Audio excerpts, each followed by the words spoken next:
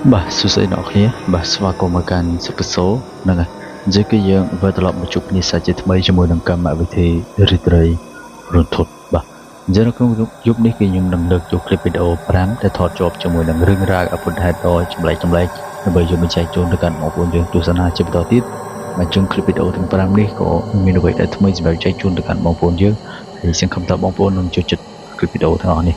បាទចឹងចង់ដឹងថាคลิปវីដេអូទាំង5នេះនឹងមានរឿងរ៉ាវហេតុការណ៍គួរឲ្យព្រឺរោមប៉ុណ្ណាបាទមើលជាមួយនឹងខ្ញុំបងប្អូនតោះ let's go អូខេបាទឥឡូវចាប់ផ្ដើមចូលដល់คลิปវីដេអូ top 1 តែម្ដងបាទ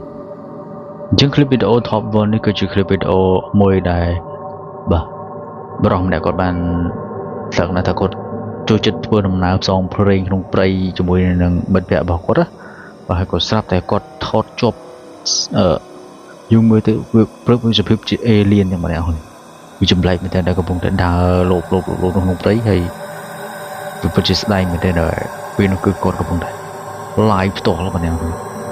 នៅក្នុងព្រៃគាត់ជួបប្រទះនៅហេតុការណ៍ដ៏ចម្លែកមួយដែរជឿមើលទៅគឺដូចជា alien ដែលកំពុងតែកាន់កូនតុក្កតាមួយដើរលោកក្នុងព្រៃនឹងម្នាក់ហ្នឹង Oh my god what is this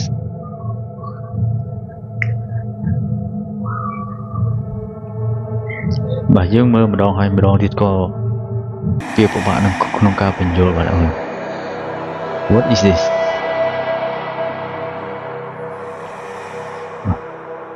Oh my god បាទអ្នកហើយយល់យ៉ាងណាដែរបើចំពោះคลิปវីដេអូមួយនេះយើងដូចតែពាក្យទៅចាំបារាមថាពួក alien នេះគឺតែងតែកំពុងតែសំងំលាក់ខ្លួននៅក្នុងភពផែនដីយើងនេះដោយរស់នៅដោយភាពស្ងៀមស្ងាត់តែម្ដងហើយមនុស្សម្នាយើងក៏ចេះតែចាប់បានម្ដងម្កាលទៅបាទឥឡូវយើងចាប់ផ្ដើមចូលដល់คลิปវីដេអូ top 2មកចូលคลิปវីដេអូ top 2 នេះក៏ជាคลิปវីដេអូមួយថតជាប់រឿងដោយចម្លែកមួយហើយបរិះម្នាក់គាត់ថតពីលើអាគារខ្ពស់មកណាមកកាន់អាចន់នៅខាងក្រោមគាត់ហ្នឹងក៏នៅពេលដែលគាត់ zoom កាមេរ៉ាលេង zoom ចុះ zoom ឡើងក៏វាក់ជាមួយនឹងភ្នែកដ៏គួរឲ្យខ្លាចតែម្ដងគឺកំពុងតែសម្លឹងមកគាត់ហើយធ្វើឲ្យគាត់ក៏វិញទូរស័ព្ទចោលតែម្ដងបាទបន្ទាប់ពីគាត់ zoom ចិត្តទៅក៏មនុស្សមិនចាំមនុស្សស្អីនេះបើមិនដឹងជាស្អីទេបងប្អូនគឺភ្នែកឡើងខ្មៅតែម្ដងណាឥឡូវយើងមើលទាំងអស់គ្នាប្រងខ្ញុំនេះ Oh my god ខ្ញុំគិតថាមិនមែនជាមនុស្សទេបងប្អូនគួរខ្លាចមែនទែន Oh my god what is this បើឧទាហរណ៍ថាបើសិនជាឧទាហរណ៍យើងនៅក្នុងស្ថានភាពមួយហ្នឹងដែរវានឹងបញ្យល់ទៅណាហើយបើលក្ខណៈថារូបភាពមួយនឹងវាមានចលនាអីបងគឺនៅឆ្កឹងហើយភ្នែកក្លាប់ចុះក្លាប់ឡើងក្លាប់ចុះក្លាប់ឡើង Oh my god បបព្រឺរូបបាទអូខេឥឡូវយើងចាប់ផ្ដើមចូលដល់คลิปវីដេអូ top 3 វិញម្ដងបាទអញ្ចឹងคลิปវីដេអូ top 3 នេះជាคลิปវីដេអូមួយដែល stream អ្នកគាត់កំពុងតែរាំលេង TikTok ដែលគាត់បានមើលក្រោយទេហើយគាត់អត់បានមើលក្រោយក៏វាចម្លែកអីបាទនៅ background ពីក្រោយខ្នងរបស់គាត់គឺកញ្ចក់នោះគឺវាបែរទៅជាចេញសភាពរូបរាងកាយដូចជាមែនគាត់ទេហើយកំពុងតែឈររាំបែបមែនជាដូចជាមែនជាគាត់តែកំពុងតែឈរនៅបែបនៅកន្លែងហ្នឹងបងប្អូនទេឥឡូវយើងមើលបងប្អូននេះមកត្រង់ជាមួយកន្លែងនេះគាត់រាំដំបងអត់គាត់បែរទៅទេបើតែកញ្ចក់ហ្នឹងគឺវាបែរទៅជាបែរខ្នងដែលមិនធ្វើតាមដូចគាត់អញ្ចឹងបងប្អូនគឺរាំដែរក៏មិនរាំដល់គួរខ្លាចបាទឥឡូវយើងចាប់ផ្ដើមចូលដល់คลิปវីដេអូ top 4 វិញម្ដងបាទ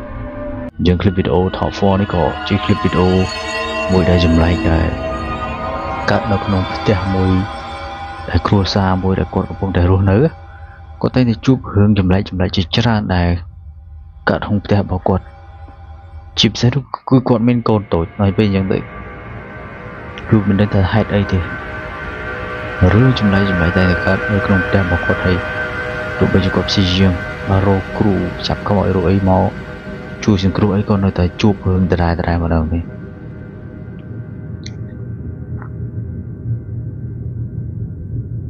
ហើយនៅពេលដែល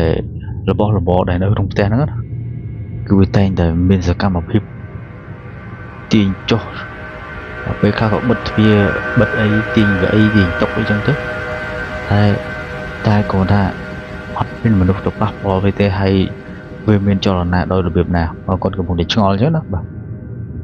នៅរាល់ពេលដែលគាត់វាមិនមែនរាល់ថ្ងៃបើតយូរម្ដងក៏មិនដែរតើហេតុអីបានវាទៅជាចឹងបាទសត្វតែមានវិញ្ញាណអ្វីដែលកំពុងតែចង់លេងសើចគាត់ព្យាយាមធ្វើបាបគាត់រហូតបានឲ្យគាត់រស់នៅបានសុខទេ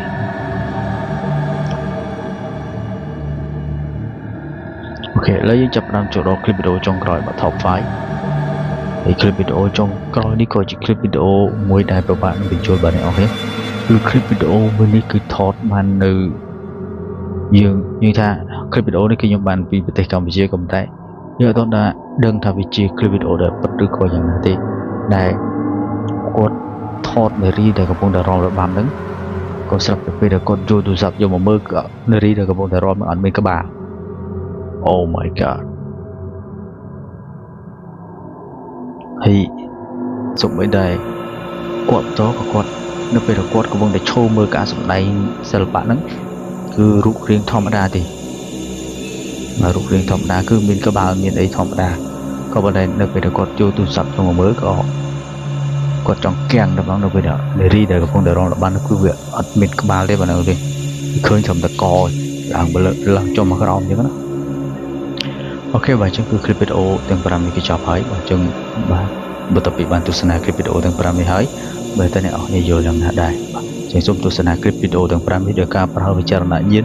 បាទជឿឬមិនជឿគឺវាស្ថិតលើការវិភាគរបស់អ្នកនរទេបាទវាអាចនឹងមាន clip វីដេអូខ្លះជាការពិតហើយក៏វាអាចនឹងមាន clip វីដេអូខ្លះវាគ្រាន់តែជាការប្រឌិតឬមួយក៏ជា AI អញ្ចឹងទៅបាទអញ្ចឹងខ្ញុំបាទវិរៈបសុបសូមអរគុណសូមជម្រាបលាជួបគ្នានៅ clip វីដេអូក្រោយ